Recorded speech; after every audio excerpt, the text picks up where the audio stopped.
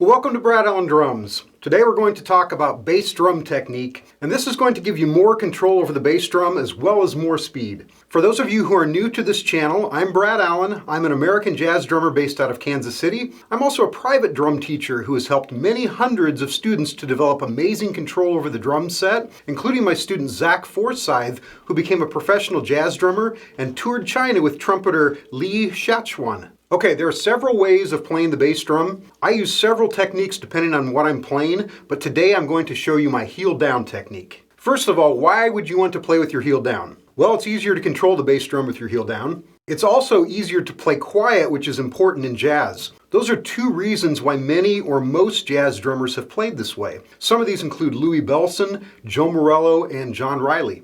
You also have better balance on the drums with your heels down. Playing with your heels down will help you develop bass drum techniques like playing with your heels up because it'll help you to develop your ankles. That's important for speed, just like developing your wrists is important for stick speed. And by the way, while we're on the subject of stick speed, I'd like to send you a free copy of some really great exercises that'll help you with that. And these are the same type of exercises that helped my student Matthew Lam win a fastest hands drumming competition 2 years in a row. Just follow the link in the video or in the notes below to get a free copy. Okay, before I get into the actual bass drum technique, let's talk about the way your bass drum pedal and your throne are set up. I recommend setting up the height on your throne so you're sitting with your leg at about a 90-degree angle. You want your thigh basically flat, and you don't want to sit too close to the set or too far away. If you sit too close, that's going to be uncomfortable. Put your leg at a weird angle, and if I sit too far back, again, that foot puts my leg at kind of a strange angle. Basically, you want a 90-degree angle, about like that. Again, notice I'm not sitting too high or too low.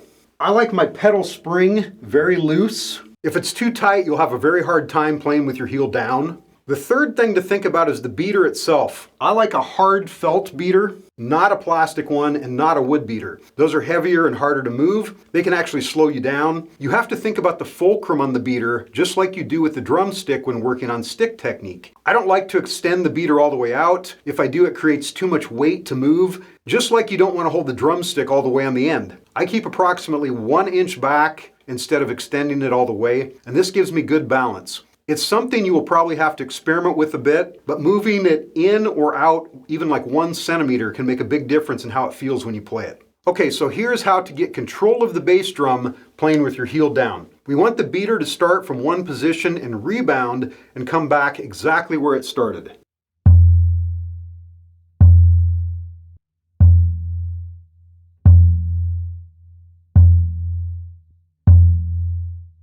The way to develop this is to actually measure how far the beater is coming back so it's a consistent stroke. And the way you can do that is put your drumstick down on your knee. Try to figure out about where you want it to come back to. Try to keep it consistent, just like when you're playing half strokes or full strokes with your hands. You don't want it to come back too far because if you do, you're going to be slapping the pedal, which you don't want. You're not going to have any control that way. So figure out exactly how far you can bring it back before your foot leaves the pedal. Start with quarter notes at about 60 beats per minute, and as you develop more control, you can start speeding it up.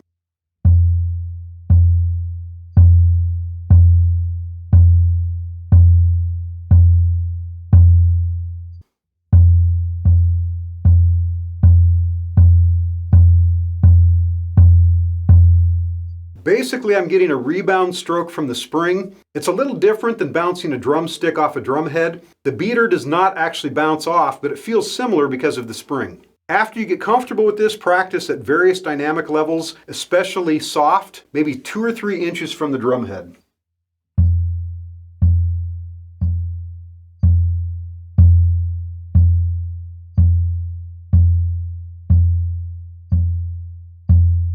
Playing extremely soft is called feathering the bass drum, and that's a very useful technique for jazz. The bebop drummers frequently feathered the bass drum to reinforce the sound of the upright bass playing a walking bass line. Practice this daily for 5 to 10 minutes. It will give you more control over the bass drum as well as more speed. Now, as I mentioned earlier, I have some more really effective speed exercises I'd like to send you for stick control. Just follow the link in the video or in the comments below to get a free copy. Please comment below and tell me approximately how long you've been playing the drums, or even if you just want to comment helpful, that would be really awesome. Be sure to like the video and subscribe to my channel for new videos every week. Thank you for watching, and I have a whole playlist for developing control and speed on the drums. Please watch those next, and we'll see you for the next video.